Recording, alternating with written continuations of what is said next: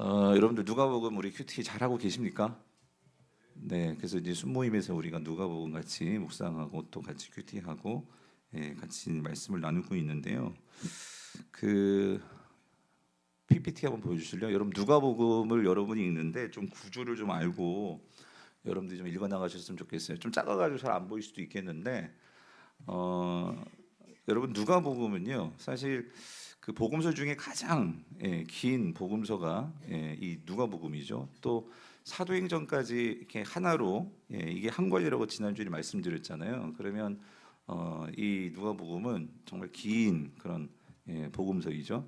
그래서 그 지금 제가 갖고 온 거는 한 7개 이렇게 단락을 구분해 놨는데 기본적으로 복음서의 구조는 크게 한 세 가지로 이렇게 나눌 수가 있어요. 그래서 뭐 조금 더 크게 보면 네 가지로 해서 예수님이 근데 마가복음은 탄생 이야기가 없어서 그래서 그냥 크게 세 개로 구분한다면 그러니까 예수님의 이 갈릴리 나사렛에서 포함해서 갈릴리 사역 그리고 나서 이제 갈릴리에서 예루살렘으로 가는 이야기 그리고 예루살렘에서 마지막 이제 십자가를 지시고 부활하시고 승천하는 그러니까 이게 크게 이 세 구조가 이 마태, 마가, 누가복음 다 같은 그런 구조이긴 한데 그런데 가장 기본적으로 이 부분으로 이 예수님께서 그 주로 이제 복음서는 예수님이 어떻게 뭘 하시나를 이렇게 쫓아다니면서 이 각 복음서 기자들이 자신의 관점으로 그 예수님을 이제 기록해 놓은 거거든요.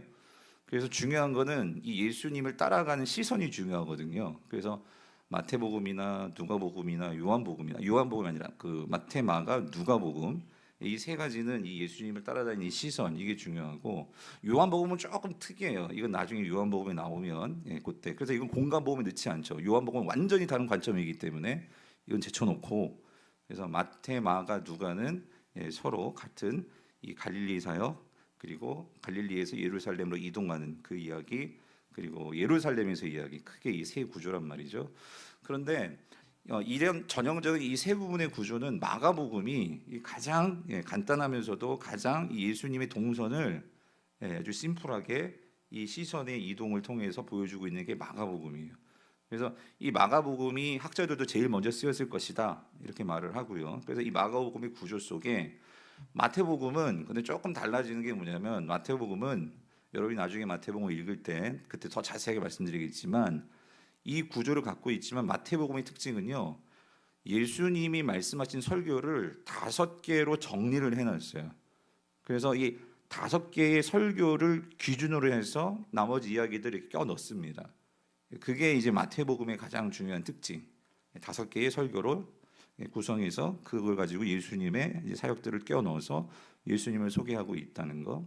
누가복음은 전형적으로 갈릴리 사역, 그다음에 이동하는 사역, 예루살렘 사역. 근데 이제 누가복음은 기본적으로는 마가복음의 구조를 갖고 있는데 그리고 나서 그 이동하는 과정 속에서 예수님의 여러 가지 기적이나 이제 설교들을 그 이동하는 과정 속에서 껴 넣었어요. 그게 누가복음인데 오늘 제가 이제 말씀드리려고 하는 것은 이 누가복음은요. 다른 이런 공간 복음서와 다르게 어떤 부분을 되게 중요하게 또 많이 그 예수님의 이야기들을 넣어놓고 있냐면요. 물론 모든 공간 복음서는 예루살렘 사역이 다 중심이에요. 그 부분이 가장 많이 기록이 되어 있어요. 근데 유독 누가복음은 이 예수님이 이제 갈릴리 사역을 마치시고 이제 예루살렘으로 향해 가신단 말이에요. 이 이동하는 과정 속에서의 이야기가 가장 풍성하게 들어있는 그 복음서가 뭘까요? 그게 누가복음이다 그 소리예요. 그래서 누가복음은 이 갈릴리에서 예루살렘으로 이동하는 그래서 이거를 학자들은요 예루살렘 여정 기사라고 하거든요. 예루살렘 여정 기사. 그러니까 예루살렘으로 가는 여정에 있었던 이야기들. 그래서 이걸 예루살렘 여정 기사라고 하는데 이 부분이 거의 누가복음 전체에서 한 40%, 그러니까 누가복음 전체 내에서 40%, 정확하게는 38%의 이야기가 그 중간에 그 이동하면서 있었던 그 부분의 내용들이 거기에 다 포진이 되어 있고 그래서 여기서는요 누가복음에서는 바로 그 중간 부분에 이동하는 그 과정 속에 다른 복음서에는 들어있지 않는 예수님의 그런 가르침, 비유 이야기 이런 것들이 이 예루살렘 여정 기사 속에 담겨져 있다라는 거예요. 자, 그래서 이 예루살렘의 그 여정 기사 속에서는 뭘 말하느냐? 중요한 포인트가 있어요. 뭐냐면 이 예루살렘 여정이 언제부터 시작이 되냐면은요.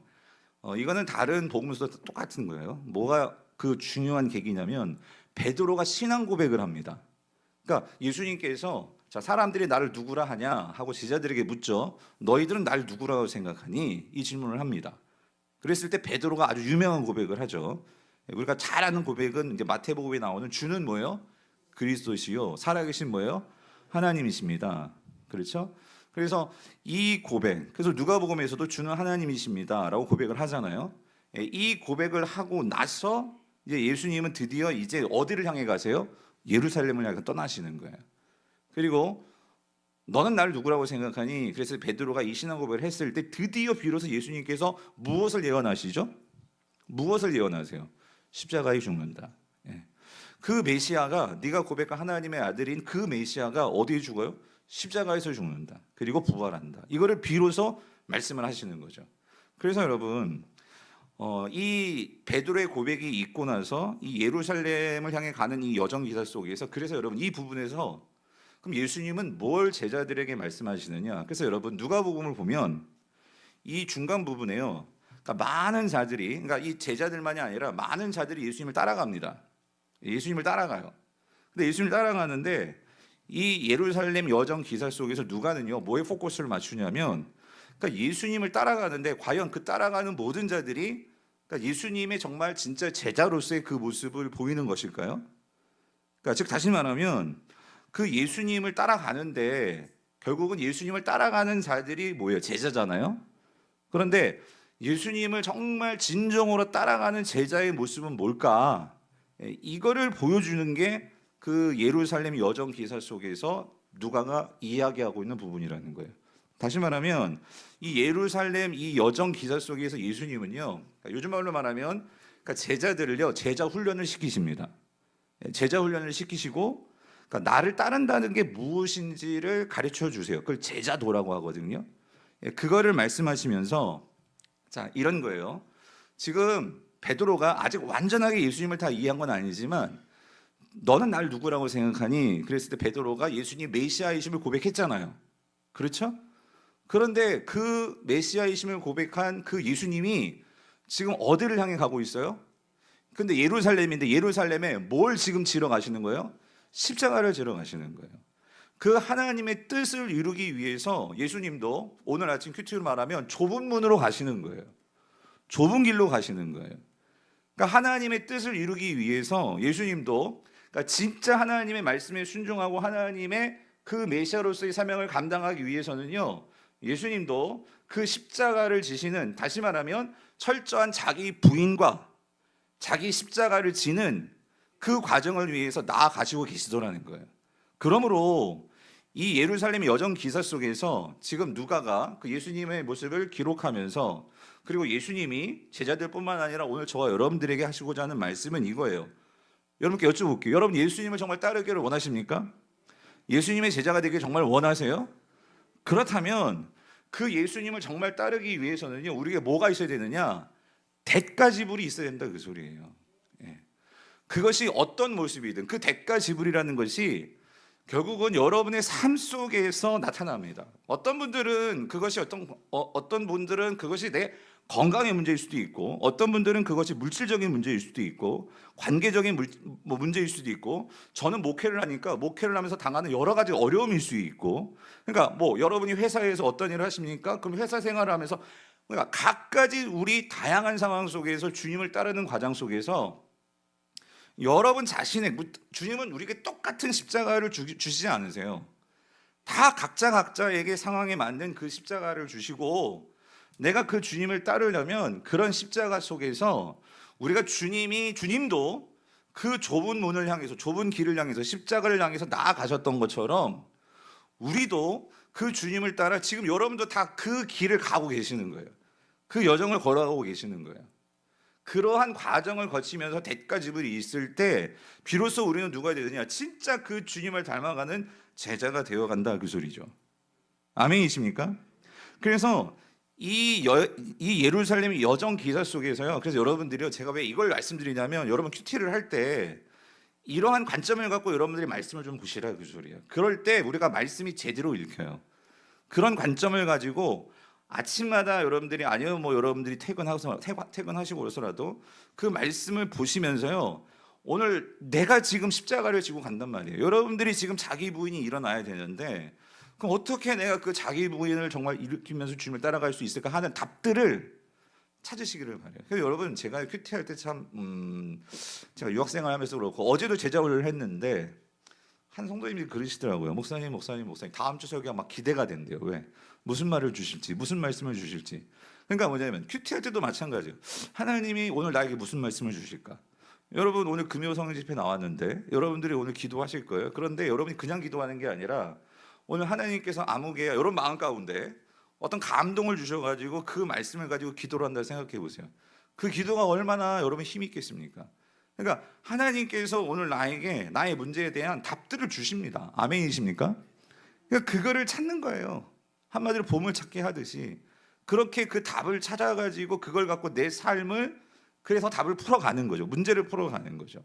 사실 그게 신앙생활에 있어서의 재미죠. 자, 그래서 여러분, 우리가 이 예루살렘 여정 기사 속에서요, 그래서 이 제자도에 관한 말씀을 주시면서요, 그리고 이 부분에서 예수님께서 하시는 또 한 가지 중요한 주제가 뭐냐면은요, 그러니까 하나님 나라에 관한 말씀을 하시거든요. 예. 하나님 나라에 관한 말씀하시는데 우리가 이제 알죠. 하나님 나라가 뭔지. 예수님은요, 그 하나님 나라가 어떻게 되었대요? 이미 시작이 되었어요. 예. 이미 시작이 되었기 때문에, 그러면 여러분, 우리가 그걸 믿는 성도들이잖아요. 그럼 우리는 그 믿음을 가지고 어떻게 살아가야 될까? 그래서 여러분, 오늘 한 가지 여러분이 좀 이걸 꼭 머릿속에 잘 넣어 두셨으면 좋겠어요. 그래서 오늘도 아까 제가 교육자들한테 물어봤던 건데요. 여러분, 이겁니다. 우리가요, 그러니까 이 땅을 살아가는 하나님 나라가 임함을 믿고 우리도 자기를 부인하고 십자가를 지고 살아가는 성도들에게 필요한 중요한 시각이 있어요. 근데 누가는요, 이 예루살렘 여정 기사 속에서요, 여러분 읽어보시면서 아시겠지만 지금 계속해서 며칠 동안 이 누가는 이 관점에서 지금 하나님 말씀, 예수님의 말씀을 풀어가고 있었거든요. 그게 뭐냐면요, 이거예요. 종말론적 시각이라는 거예요. 뭐라고요? 종말론적 시각이요. 그 종말론적 시각이 뭐냐? 제가 이렇게 정리해봤는데 같이 한번 읽어볼게요. 시작. 하나님께서 언젠가 세상을 어떻게 해요? 심판하시고, 하나님 어떻게 하십니까? 새롭게 하실 그날, 바로 그 종말의 관점에서 뭐예요? 현재의 삶과 신앙을 바라보는 태도, 이게 종말론적 신앙이다 그 소리예요. 여러분, 성도는요, 지금 우리가 이 땅을 살아가면서요, 이 의식이 있어야 돼요. 여러분, 우리가 왜 회개를 하고, 또 왜 우리가 이 좁은 길로 가야 되고, 또 왜 우리가 이렇게 주님 앞에 나와서 기도하면서 나의 삶을 돌아보고 왜 해야 되는 거예요? 뭐가 있기 때문이에요? 심판이 있다 그 소리예요. 그러니까 다시 말하면 우리가 주님 앞에 서는 그 날이 있단 말이에요. 예. 그리고 그거로 끝나는 게 아니라 성도에게는 그 심판을 통해서 우리는 심판받고 지옥 가는 게 아니잖아요. 그 심판을 통해서 우리는 완전히 새로운 그날을 우리는 살게 될 거예요. 아멘이십니까? 그러면 여러분 생각해 보세요. 이거를 정말로 내가 믿는다면 오늘을 어떻게 살아야 될까요? 그래서 보세요.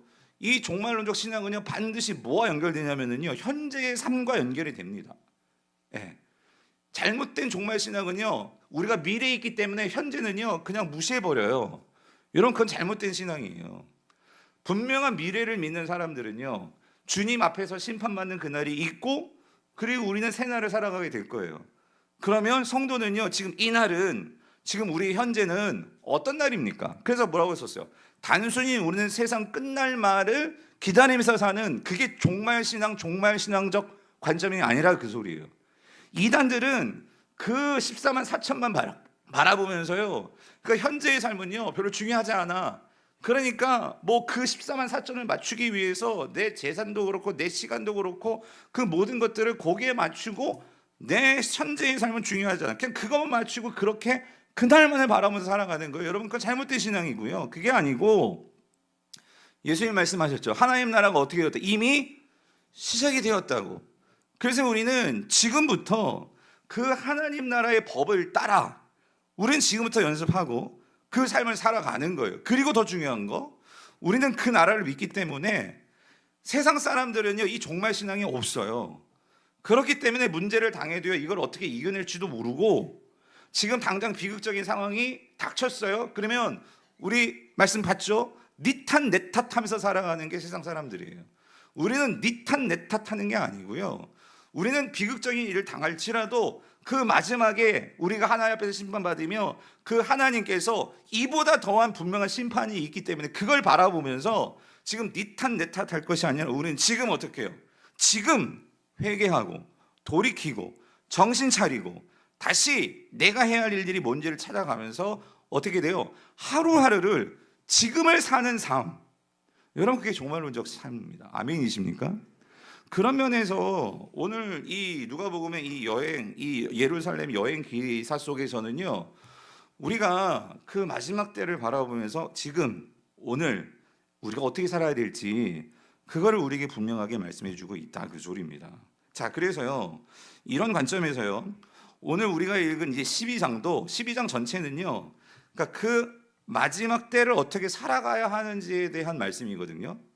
근데 그 마지막 때를 어떻게 살아가야 되느냐, 그 관점에서요, 오늘 우리가 읽은 부분은요, 그러니까 하나님 나라가 이미 임했어요. 자, 임했는데 그 하나님 나라가 이미 임했다는 것이 앞으로의 그 올 심판과 연결지어서 그럼 우리는 어떻게 살아야 되냐, 어떻게 이 세상을 바라보면서 나의 삶의 문제들을 바라보면서 살아가야 될지, 그거를 주님께서 말씀해 주시는 귀한 가르침이다, 그 소리예요. 자, 그래서 여러분 49절을 다시 한번 읽어볼게요. 49절 같이 읽어보겠습니다. 시작. 내가 불을 땅에 던지러 왔노니 이 불이 이미 붙었으면 내가 무엇을 하리요예요. 자, 그래서 여러분 성경을 읽을 때 예수님께서 이런 상징적인 이런 비유를 많이 쓰시거든요. 그래서 여러분들이 성경을 잘 읽어 나가시는데, 근데 성경에 다 답이 있어요. 그 우리가 앞뒤를 잘 살펴보면 답이 있는데, 여기요 보세요. 예수님께서 이렇게 말씀하시죠. 내가 이 땅에 온 게 뭘 던지러 왔대요? 그러니까 불을 던지러 왔다, 그 소리예요. 불. 그럼 여러분, 이 불이 무슨 의미인지를 우리가 알아야 되겠죠. 그랬을 때 여러분, 이 불이 뭘 의미하겠어요? 불. 네, 제가 지난 새벽에도 말씀드렸지만 성경에 불은 두 가지 의미가 있어요. 첫 번째는 구약적인 배경에서 끌고 오면 구약의 불은요, 심판입니다. 특별히 하나님께서요, 그런 심판의 불로 창세기에 보면 하나님께 소돔과 고모라를 하늘에서부터 뭐로 심판하셨어요? 불로. 그죠? 불로 심판하셨어요. 그것처럼 불은 그런 심판의 의미가 있단 말이에요. 그런데 여러분 꼭 이걸 또 기억하셔야 돼요. 심판이 있는데 내가 진짜 하나님의 백성이라면, 우리에게는, 내가 정말 참 예수님의 제자라면, 성도에게는 그 심판의 날은 오히려 우리에게는 뭐가 되죠? 구원의 날이 되죠. 아멘이십니까? 그렇기 때문에 우리는 이중적인 이러한 모습이 있어요. 불이 우리가 심판이면서도 우리에겐 뭐가 되는 거예요? 구원이 될 수 있어요. 그렇기 때문에 두 번째 의미가 뭐냐면요, 이 불은요, 성도들에게는 불은 어떤 의미가 되느냐, 세상 사람들에게는 그야말로 심판이에요, 멸망이에요. 근데 성도들에게는 이 구원의 의미가 있기 때문에 두 번째 불은 어떤 의미가 있냐면 우리를요 깨끗게 합니다. 우리를 정화시킨다, 그 소리예요. 그래서 여러분 요한계시록을 나중에 보겠지만 여러분 오해하면 안 돼요. 이 땅에 하나님의 심판이 있고 이 땅에 하나님의 진노가 있을 때 그럼 성도들은 거기서 완전히 그냥 막 아무런 문제 없이 진짜 막 그냥 막 날아다니는 그런 삶을 사느냐? 그건 결코 아니에요. 성도들도 고통 다 당해요. 성도들도요 심판 당할 수 있어요. 어려움 당할 수 있어요. 근데 중요한 건 뭐냐면 하나님은요 그 가운데서 성도는 반드시 보호하신다, 그 소리예요.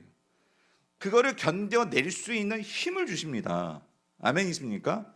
그거를 견뎌낼 수 있도록 하나님은 우리를 응원해주시고 우리를 인도해 주신다, 그 소리예요. 아멘이십니까? 그걸 위해서 우리에게 보내주신 분이 누구시면 그게 누구예요? 성령님이시다, 그 소리예요. 그래서 여러분 불은요, 여기서 예수님이요 내가 불을 땅에 던지러 왔다라고 할 땐 두 가지가 의미가 있다고 말씀드려요. 첫 번째는 심판의 의미가 있고요, 두 번째는 어떤 이미지냐, 이거는요 성령의 역사를 말하는 거예요. 성령의 역사. 여러분 이 땅에서요 성령의 역사를 가장 정확하게 보여주신 분이 누구실까요? 예수님이십니다.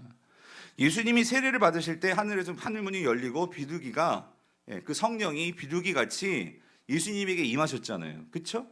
그래서 이 땅을 사시면서 모든 권능과 기사와 하나님의 말씀과, 그러니까 성령과 함께 하면서 사는 성령의 역사가 무엇인지를 정확하게 보여주신 분이 누구세요?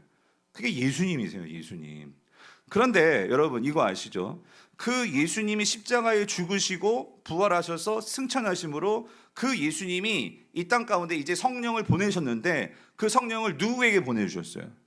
그 예수 그리스도를 믿는 오늘 저와 여러분들 성도들에게 성령을 어떻게 해서 우리 속에 보내주셨잖아요. 아멘이십니까? 그러므로 여러분 여기서요, 예수님께서요 불을 내리겠다라는 것은요 심판의 의미도 있지만 저는 후자를 믿는데, 뭐냐면은요 예수님을 통해서 이 땅에 임하게 될 성령의 역사를 말씀하시는 거예요. 예. 그 성령이 드디어 오늘 나를 믿는 나의 백성들에게, 하나님의 백성들에게 그 성령이 임하게 되실 사건을 예수님은 바라보고 계시는 거예요. 그래서 뭐라고 말씀하시면 이렇게 말씀하시죠. 이 불이 이미 붙었으면 내가 뭐예요? 무엇을 원하리요? 이게 무슨 말일까요? 내가 무엇을 원하리요? 이것보다 좋은 게 없다 그 소리예요. 이미 불이 붙었기 때문에, 그러니까 내가 이 땅에 오심으로, 내가 이 땅에 오므로 성령이요 지금 나와 함께 이 땅에서 지금 역사하고 계세요.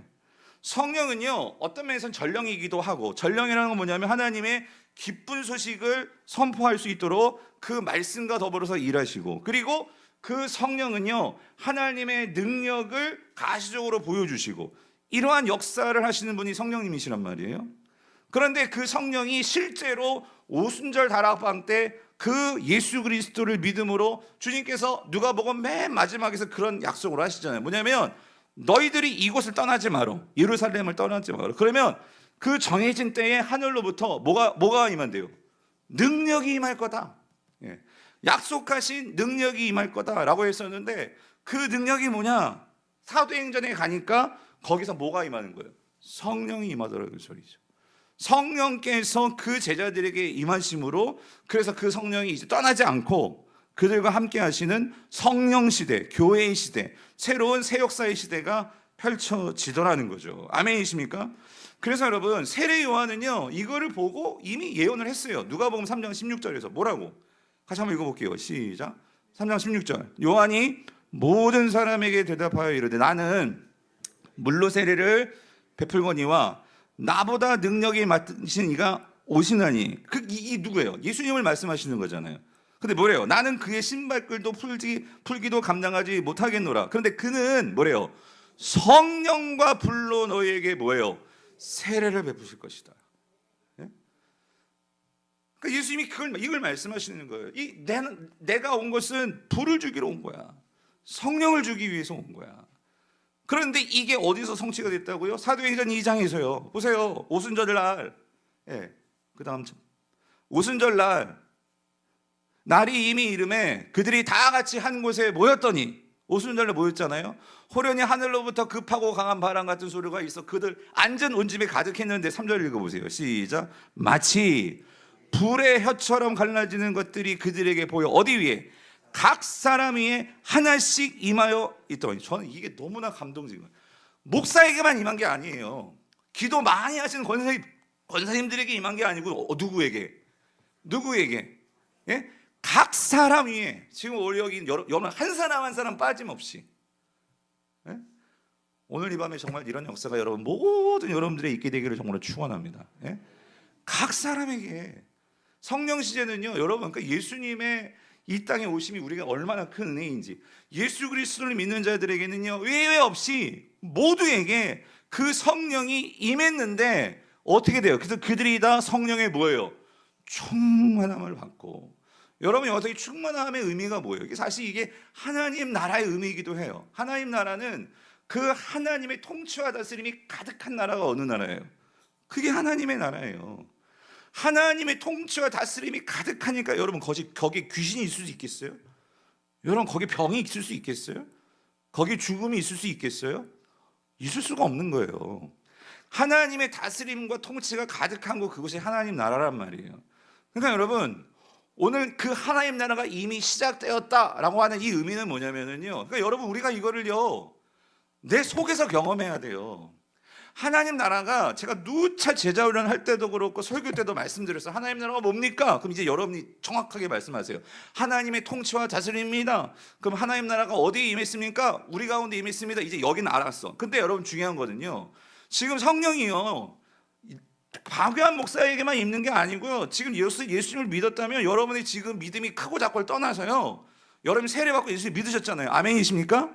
그럼 이미 임했어요. 임했다고요. 그러면 임했기 때문에 우리가 뭘 경험해야 되냐면요, 내 안에서 성령의 충만함이 뭔지를 우리가 그거를 경험해야 된다, 그 소리입니다. 아멘이십니까? 신앙생활은 하는데 성령 충만을, 제가 그랬어요. 제가 뭐 모태 신앙 여러분 다 아시잖아요. 부모님 목사님이시고, 아니 얼마나 교회를 하기도 오래 다녔겠습니까? 근데 이게 정말로 내 신앙 속에서 이게 내 신앙을 사로잡는 성령의 충만함을 경험하는 것이 있기 전에는요, 그냥 머리로만 아는 신앙이에요. 그냥 지식적으로만. 근데 이게 뭔가 정말, 그래서 성령 충만함이요, 지금도 계속해서 충만함은요, 파고요 계속해서 채워지는 그것이 성령의 충만이거든요. 그러니까 이게 충만함이 내게 있다 보니까요, 여러분 기독교의 원리는 그거예요. 파가지고 이게 충만해지면은요, 내가 가만히 있지는 못해. 그러니까 막 전해주고 싶은 거예요. 여러분 목사의 가장 큰 복이 뭔지 아십니까? 하나님의 은혜를 받고 그 말씀의 은혜를 받아서 이렇게 내가 흘려보낼 수 있는 자리가 있다는 거예요. 그러니까 여러분 제가 누차 말씀드리죠. 이 강단은요, 목사를 살리는, 이것은 저의 생명터예요. 생명터. 여러분 우리 순장님들도 마찬가지일 거예요. 여러분 말씀을 가지고 은혜를 나눠본 사람, 나눠본 경험이 있는 사람들은요, 진짜 그 은혜를 맛보면요, 그걸 놓을 수가 없어요. 왠 줄 아십니까? 내가 은혜를 이렇게 흘려보내면 하나님은 놀라운 게 뭐냐면요, 많이 흘려보내면 흘려볼수록 많이 채워주시는 분이 누구실까요? 하나님이시다, 그 소리예요. 내가 그거를 흘려보내지 못하고 경험이 없다 보니까 내 신앙이 항상 거기에만 머물러 있는 거야. 그러니까 신앙이 기쁨이 없는 거예요. 내가 정말 흘려보내면 흘려보낼수록 내 안에 기쁨이요 더 채워주시는 분이 하나님이시라면, 그게 물질이 됐건 은혜가 됐건 뭐가 됐건, 하나님 나라의 원칙은 그거예요. 그거. 우리 교회가요 정말 그런 거. 여러분 그러니까 이런 거라니까요. 왜? 여러분이 그건 아시잖아요. 다 그건 아죠. 교회는 목사님 선교를 해야 돼요, 전도를 해야 돼요. 그런데 그럼 이렇게 여쭤, 왜 선교하고 왜 전도해야 되는데요? 하나님이 말씀하셨으니까 맞아요. 근데 하나님께서 왜 선교하라고 하고, 왜 전도하라고 하고, 왜 구제하라고 하고, 왜 그걸 하시냐고. 왜? 그거는요, 오늘 하나님의 그 은혜를 받은, 그러니까 여러분 오늘 뭐 제가 이정호 목사가 그 말 하더라고요. 뭐 전도회, 그 말금생 광천교회 또 전도회 실행여행 갔다 왔는데 여러분들이 몇 주 동안 계속 마르다 마리아 설교 들어가지고 그거하고 논쟁이 붙었다고. 예, 논쟁이라기보다는 아무튼 그 은혜를 나눴다고 하시더라고요. 근데 여러분 중요한 건 이거예요. 마르다가 맞느냐 마리아가 맞냐, 그거보다도 저는 그렇게 믿어요. 문제는 뭐냐면 마르다도 잘한 거고 마리아도 잘했어요. 근데 중요한 건 뭐냐면요, 마르다의 문제, 뭐 여기서 다시 그거 설교할 필요는 없겠지만, 중요한 거는, 그러니까 오늘 그 하나님의 은혜를 가지고 이것을 흘려보내는 그러한 선순환이 이루어지는 속에서 그것이 봉사가 됐건 말씀을 듣는 것이 됐건 이게 돼야지만 거기서 원망 불평 없이 거기서 되어지는데, 아무리 내가 봉사를 많이 하고 아무리 내가 말씀을 많이 들어도 그것이 내 안에만 있잖아요. 그건 썩어요. 썩는다고요. 그게 말씀이 됐건, 예? 뭐 봉사가 됐건. 그러니까 여러분 보세요. 교회가 선교를 많이 해야 된다, 전도를, 이게 뭐냐, 흘려 보내는 거잖아요. 그죠? 그런데 선교를 많이 해도요, 정말 하나님 안에서 내가 정말 이 성령 충만함으로 공급받으면 없이 계속 그거를 흘려만 보내보세요. 그러면 거기에 반드시 여러 잡음이 나오고 말이 나오고 이게 그렇게 되는 거예요. 그래서 오늘 중요한 건 여러분 이겁니다. 오늘 본문에서요, 예수님께서요 말씀하시죠. 이미 불이 붙었대요. 그래서 우리는 어떻게 해야 되냐면요, 그 불을요 계속 불을 지펴야 돼요. 그리고 그 불이요 나로부터 어떻게 그 바깥으로 번져나갈 수 있도록, 이런 말 하죠, 뭐 우리 계속 불질러야 돼요, 여러분. 예, 예? 집에서 불질러 말이 안 되고 성령의 불로 계속해서. 그래서 여러분 이러한 금요 성령 집회 우리가 함께 기도하고 여러분이 순무에서 같이 모이고 왜 중요하냐, 불은요 함께 붙여야 거기서 불이 확 살아난단 말이에요. 아멘이십니까? 뿐만 아니라 여러분 중요한 건 이거예요. 오늘 예수님께서 이 불을 말씀하시면서요, 뭘 말씀하셨냐면 분명히 말씀하셨죠. 이게 불이 붙었다면 내가 더 무엇을 원하리요. 왜 그러냐면요, 오늘 우리 안에서 이 불, 다시 말하면 성령의 충만함이 있잖아요. 여러분, 그 성령의 불은요, 곧 예수님이 이 땅에서 행하셨던 그런 모든 역사가 성령으로 나왔거든요. 그러므로 오늘 여러분들도 예수님 이걸 말하는 거예요. 내가 그 성령의 능력을 정말 보여줬던 것처럼 오늘 저와 여러분들도 그 성령의 충만함을 통해서 성령을 맛보고 그 성령의 능력을 경험하고 그렇게 되었으면 좋겠다. 여러분, 정말 한국교회 저를 비롯해 우리 모든 성도님들이, 한국교회 성도들이 성령 충만해서 불타오른다면 여러분, 이 세상이 어떻게 바뀔까요?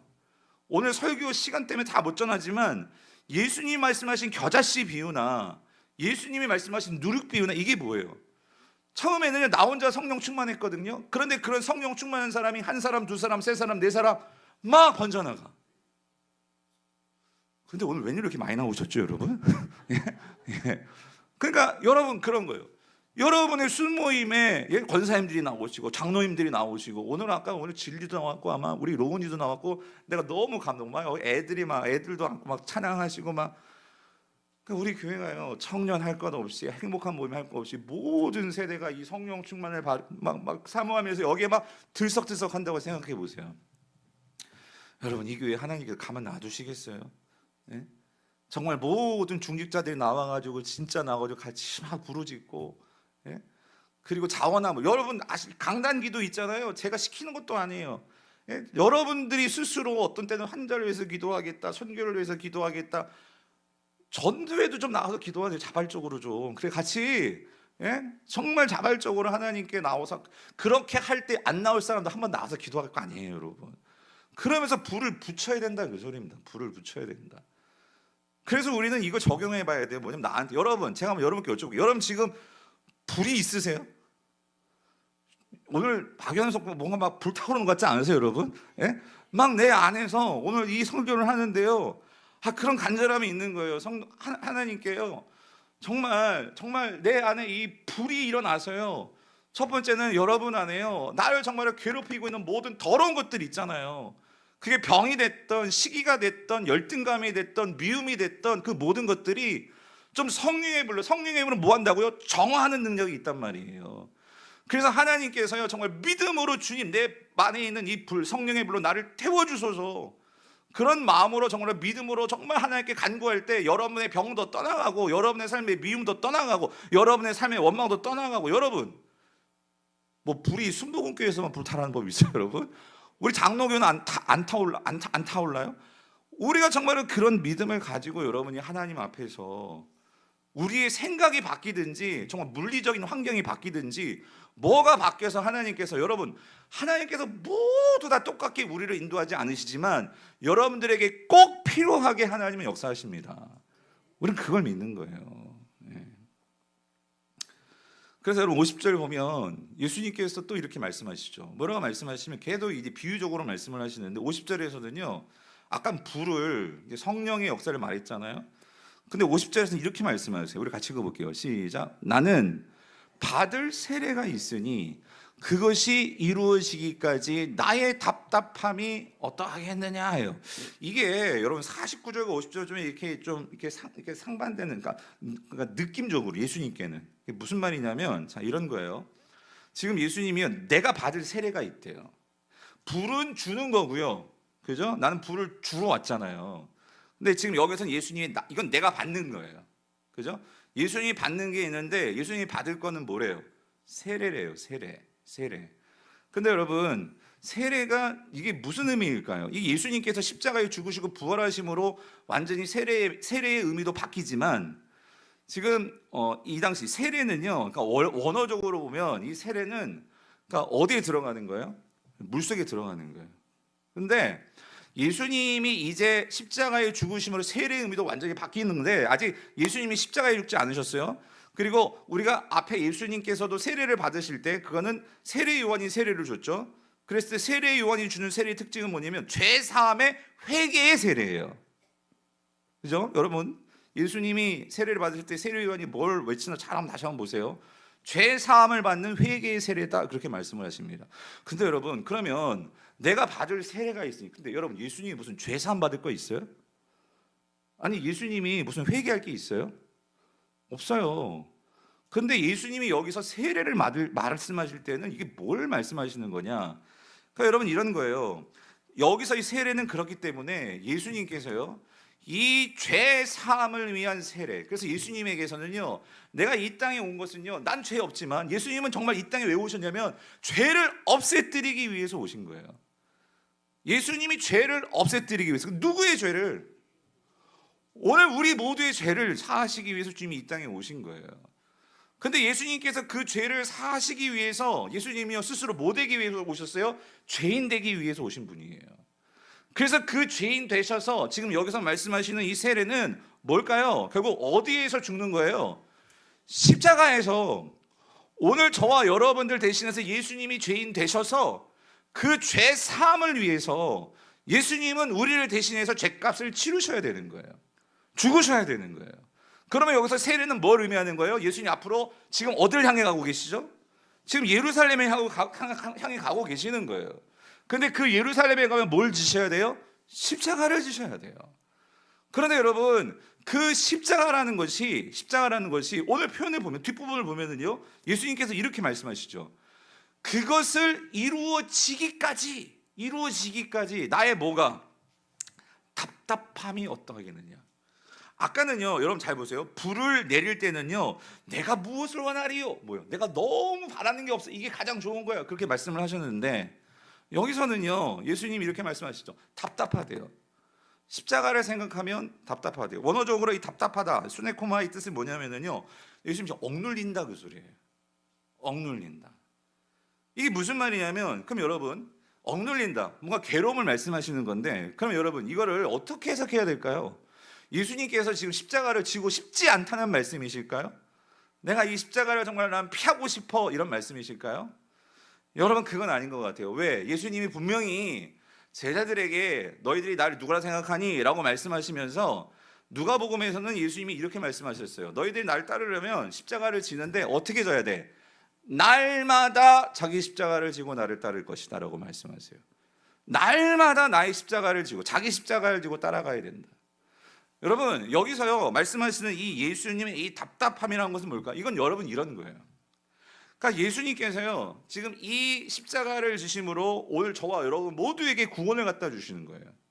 그러니까 예수님에게서는요 정말 이 땅에 오신 것도 오늘 이 십자가를 위해서도 오셨고 지금 예수님은요 이 중요한 사역을 위해서 사명을 이루시기 위해서 지금 하나님의 그 십자가를 지시기 위해서 하나님이 맡기신 사명의 십자가를 지시기 위해서 예루살렘을 향해 가고 계시는 거예요.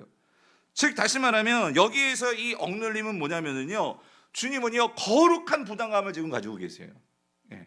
하나님의 뜻을 이루기 위해서는요 여러분 우리에게 말씀하시는 거예요. 여러분 우리가요 주님의 일을 이룬다고 할 때 여러분 결코 쉬운 일은 없어요. 예수님도 그 하나님의 뜻 하나님의 그 일을 이루시기 위해서 왜 그러냐면 예수님도 너무 잘 아세요. 여러분 십자가만 딸랑 지으면 끝날 문제가 아니고요 지금 예수님을요 정말 죽이려고 하는 여러 가지 종교 그 지도자들과 예수님은 정말로 하나님을 정말로 잘 보여주려고 이 땅에 오셨는데도 그걸 오해하는 그러한 유대인들과 그리고 예수님은 이제 십자가를 지는데 이 제자들은요 그걸 완전하게 이해하지 못해서 서로 싸우고 서로 도망치고 여러 가지 일들이 있어요. 그런 모든 것을 생각할 때 주님은요 정말 답답하신 거예요. 그렇지만 그럼에도 불구하고 그 십자가를 져야지만 뭐가 일어나요? 구원이 일어납니다. 하나님의 뜻이 일어나는 거예요. 그러므로 예수님은요 어떤 의미에서는요 거룩한 부담감을 가지고 계시고 거룩한 긴장감을 가지시고 그 십자가를 위해서 정말 조심조심 주님은요 정말 그 십자가에만 집중하고 앞으로 나아가고 계시는 거예요. 사랑하는 성도님들 오늘 우리가 이 50절의 말씀을 우리에게 적용한다면 어떤 의미일까요? 여러분 이런 겁니다. 여러분 하나님의 뜻이 이루어지기까지 여러분 하나님의 뜻이 이루어진다는 것이 그렇게 쉽게 이루어지지 않아요. 정말 내가 생각하지 못했던 그런 일들이 나에게 일어날 수 있어요. 그게 병일 수도 있고 그게 관계의 문제일 수도 있고 그게 뭐 여러 가지 시험일 수도 있고 어려움일 수도 있고 근데 중요한 건 여러분 이거예요. 예수님께서요 그러한 답답함이 있었지만, 부담감이 있었지만, 어려움이 있었지만, 그래서 많은 사람들은요 그거를 내려놓고 싶은 거예요. 십자가를 내려놓고 싶어요. 그런데 예수님은 우리에게 뭘 보여주시냐면 끝까지 그 십자가를 향해 가신 분이 누구십니까? 예수 그리스도가 그 소리예요. 그러면 오늘 저와 여러분들이요 끝까지 가셔야 된다 그 소리예요. 끝까지 가셔서 우리가 주님을 만나야 돼요. 그거를 정말로 만나는 사람들은요 오늘 나에게 있어서의 이러한 답답함이요 오히려 그냥 답답함이 아니고요, 그 답답함 속에서 우리는 주님을 만날 수 있어요. 그리고 주님의 심정을 헤아리게 된다 그 소리예요.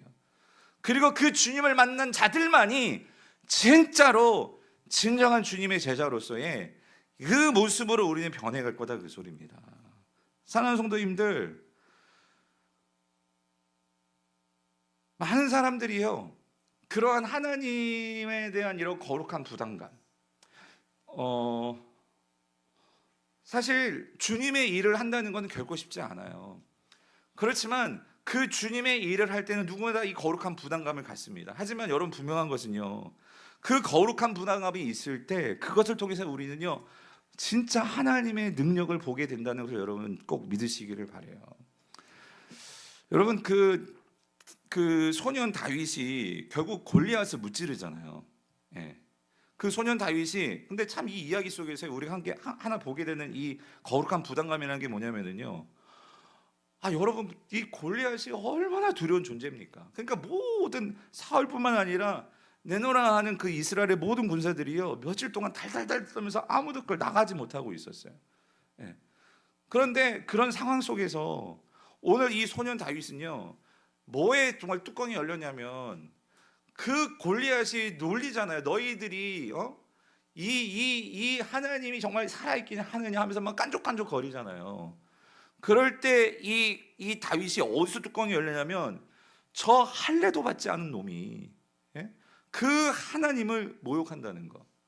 그런데 여러분 잘 보셨죠? 우리가 예수님이요 그러한 이 여러 가지 공격, 사단의 공격도 있었고 종교 지도자의 공격도 있었고 많은 그런 공격들도 있었어요. 그런데 그 주님이 끝까지 거기까지 나가주셨던 것은요 정말 하나님께서 얼마나 이 세상을 사랑하셨는지, 하나님이 정말로 이 세상을 얼마나 사랑하셨는지 그 하나님의 마음을 알기 때문에 이 예수님은요 어떤 거룩한 부담이 있었냐면 오늘 저와 여러분들에게요, 오늘 이 많은 사람들에게요 정말 하나님이 사랑이 뭔지를 보여줘야만 하는 거룩한 이 사명감이 있었단 말이에요. 오늘 이 다윗이요 모두가 벌벌 떨 때 그 소년 다윗은요 정말 그 어린 다윗이 어떤 면에서는요 정말 그 예수님을 모르는, 그러니까 하나님을 모르는 이 세상 사람들에게 살아계신 하나님의 뭔지를 누군가는 보여줘야 되지 않겠어요? 그랬을 때 그 다윗은요 사명감을 가지고 나아가서 거룩한 부담감을 가지고 나서 그 골리앗을 때려잡았던 거예요. 사랑하는 성도님들, 사람들의 시선이 아니고요 이 거룩한 부담감, 예수님이 십자가를 질 때요 다 도망갔어요. 아무도 예수님에 대해서 관심 가져서 그렇게 병자 고치고 막 오병이어 보여주고 할 때는 막 사람들이 임금 세우려고 하고 막 박수 치려고 박수 쳐주고 막 했는데 결국 예수님께서 십자가 지신다고 하니까 그 제자들도 다 도망갔단 말이에요. 그런데 누가복음에서는 참으로 귀한 건 누구예요? 그 여자들. 세상에서 무시당하고 세상에서 종교적으로 인정받지도 못하고 그랬던 그 여성들은 그 예수님께 나아가서 예수님과 함께 했던 그 여자들이 있었잖아요. 사랑하는 성도님들, 오늘 저와 여러분들이요 이런 거예요. 주님을 따라가다 보면 이 답답함이 있을 수가 있어요. 그런데 오늘 저와 여러분들이요 그 답답함이요 거룩한 부담감을 가지고 여러분들이 그 자리를 잘 지켜낼 수 있는 저와 여러분들이 있기를 간절히 축원합니다. 그럴 때 여러분 그게 이거예요. 그 부활의 첫 영광을 받던 자들도 누구예요? 여성들이었고, 그렇죠? 정말 그 하나님 나라의 그 부활하신 그 첫 영광스러운 모습을 봤던 자들이 그 여성들이었단 말이에요. 여성들. 네. 그런 면에서 오늘 이 거룩한 부담감을 가지고 주님 앞으로 나아가는 자들에게는요 정말 여러분들에게 주님께서 그 영광을 보여주실 줄 믿습니다. 그래서 예수님께서요 이어지는 말씀에서 이러한 맥락 속에서 오늘 여러분들이 이렇게 거룩한 부담감을 가지고 나아가려면 우리에게 필요한 게 뭐냐면 결단이라는 거예요. 결단. 그래서 여러분 51절에서 이런 말씀을 하세요. 예수님이 우리가 잘 아는 말씀 같이 한번 읽어볼게요. 시작. 내가 세상에 화평을 주러 온 줄로 아느냐? 내가 너희에게 이르노니 아니라 도리어 분쟁하게 하려 함이로 해서. 여러분 이 말씀 정말 잘 이해하셔야 되는데 뒤에 가면 뭐 이런 이야기 나오잖아요. 내가 분쟁하러 왔기 때문에 아버지하고 아들이 싸우고 엄마하고 딸하고 싸우고 시어머니하고 며느리하고 싸우고. 그래서 어느 며느리가 그랬대. 너 시어머니, 너 왜 나한테 대드니? 성경에 분쟁한대요. 말 그게 아니잖아요, 여러분. 성도님들, 예수님은요 이 땅에 뭘 주러 오신 분이세요? 화평을 주러 오신 분이에요. 근데 여기서 예수님 뭐라고 말해요? 난 화평을 주러 온 게 아니래. 뭘 주러 왔대요? 분쟁을 주러 왔대요. 이게 무슨 말이에요, 여러분? 그래서 여기서 이거는요 예수님 때문에 세상에서 예수 믿는 사람이 막 싸워라, 싸움을 부추긴다, 난 싸움을 부추기러 왔다, 이 말이 아니고요. 여러분 여기서 왜 분쟁이 일어나는 거예요? 이게 중요한 거예요. 왜 분쟁이 일어나는 거예요? 왜 하나가 못 되는 거예요? 뭐 때문에? 결국은 내가 누구를 따르기 때문이에요. 예수님을 따르기 때문이에요. 다시 말하면 여러분 이겁니다. 여기서 말하는 분쟁은 딴 게 아니라 이 세상의 가치와 예수님을 따를 때 우리가 그 따르는 삶의 가치는요 충돌될 수밖에 없어요. 그런데 충돌되는데 여기서 분쟁한다는 얘기는요 싸우라 그 얘기가 아니고요. 분쟁한다는 얘기는 무슨 말이냐면은 왜 분쟁하게 되느냐? 여기서야 우리가요 세상과 타협하면 분쟁이 있을까요? 없을까요? 있어요? 없어요? 없어요. 세상과 타협하면은요 우리가 뭐 싸울 일이 없어요. 여기서 분쟁한다는 건 뭐냐면은요 내가 십자가를 지고 자기를 부인하고 주님을 따르기로 결단한다 그 의미예요. 결단한다. 내가 주님을 따르기로 결단한 자들에게는요 그 거룩한 부담감이 있는, 내가 주님 그 거룩한 부담감을 담당하겠습니다. 김 집사가 못하더라도 내 박 집사가 하겠습니다. 내 옆에 있는 누가 안 해도 나는 주님을 따라가겠습니다. 그렇게 결단하게 되면은 여러분 우리에게는요 힘들어요. 그런데 중요한 거는 여러분 내가 말씀드렸죠. 지금 예루살렘을 향해 가는 길에서 오늘 이 말씀에서 주님은 누구를 찾냐면 베드로가 주는 그리스도이십니다 라고 고백을 했는데 그거는 지금 내 입으로 그냥 보이는 좋은 예수님의 기적만을 보고 말하는 거예요. 그런데 오늘 저와 여러분의 신앙이 진짜 예수님을 따르는 진짜 참 제자요 그리스도인이 되려면 여러분께 묻는 거예요. 너는 어떻게 할래? 누구 편에 설래? 진짜가 될래? 가짜가 될래? 그게 오늘 지금 예루살렘을 향해 가면서, 그래서 여러분 마치 이런 거예요. 주님께서 이런 말씀을 쭉 주시면서요 여러분 이 예루살렘 그 여정 기사를 읽어보세요. 엄청 많은 부담을 주세요. 왜 그러냐면 여러분 생각해보세요. 여러분 좁은 문으로 가고 싶으세요? 넓은 문으로 가고 싶으세요? 예?